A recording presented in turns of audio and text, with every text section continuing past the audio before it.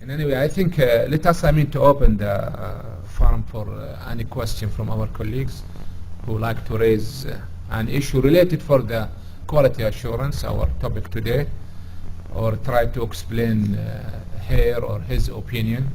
So please. Yes, we have 20 minutes up to 3 o'clock now.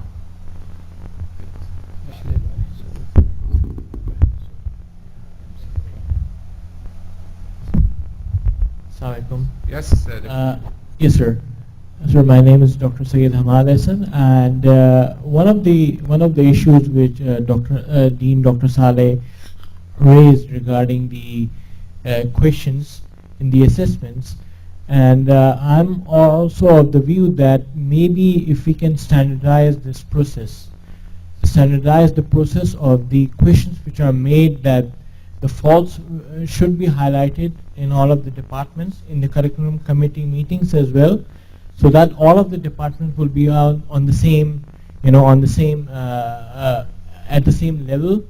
And one of the experiences which I would like to share with one of the previous institutes where I was working in that is that in every department per semester we used to share 5 MCQs or BCQs with the medical education committee, and they used to discuss the MCQs with us and highlight the faults with us. So we knew that what are the changes which we need to do to improve the MCQs or the BCQs.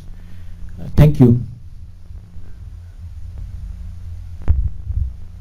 Thank you, Dr. Hassan. I think this is a good suggestion, and I am sure our colleagues, they have more to elaborate about this, because all of us, we are in one stage and we like really to see what's the best, for us to improve our question of the exam to satisfy 2 major requirements.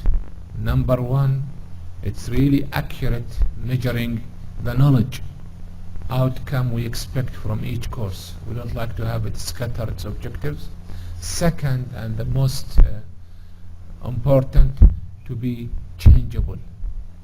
Many times in our office we listen from here or there, receiving a lot of these, we call it, bothering emails, saying that questions, not change from the last semester. Or sometimes the most irritating thing, and we change everything, that when they say to us, oh, I know one student, he get copy of the question. So we have another backup question copy to be replaced. So I think the question must measure the out-learning income of the course, and always must be reviewed by the department chairman and also the head of every specialty within the department, and to satisfy really the outcome of each course. So whatever we change, even the format, as Dean Saleh mentioned, between A, B, C, D, and there is a need, as Professor Umari mentioned, that we like to organize a workshop for our faculty, and we record it so those who cannot attend, they can review it in the YouTube, how to prepare, the question MCQ for the exam to be really satisfied, I think. Yes, Professor Masadomi? Thank you very much, Mr. Rector. It's been a good experience for all of us. It was quite an experience, especially remembering there's a particular member of the accreditation team who was very, very tough. He was zeroing in on specifics, and I think we're able to answer him. But my comments actually on 3 things, sir. The committees that were set up in the departments were set up towards the end of the 2nd semester last year.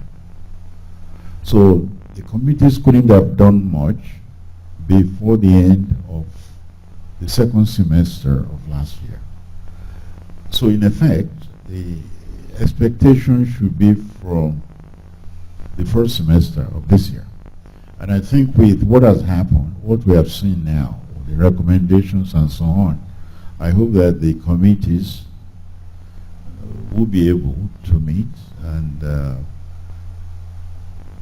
with the objectives that, a sketch of the objectives for each committee, which I got from Dr. Omari.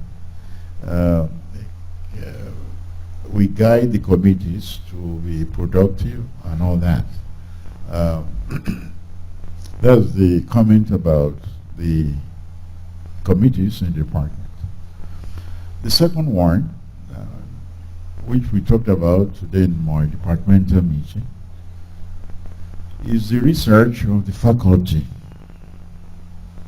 Because in the recommendation, yeah, they said good thing about that, but in actual fact, the faculty research groups, which we set up towards the end of 2015,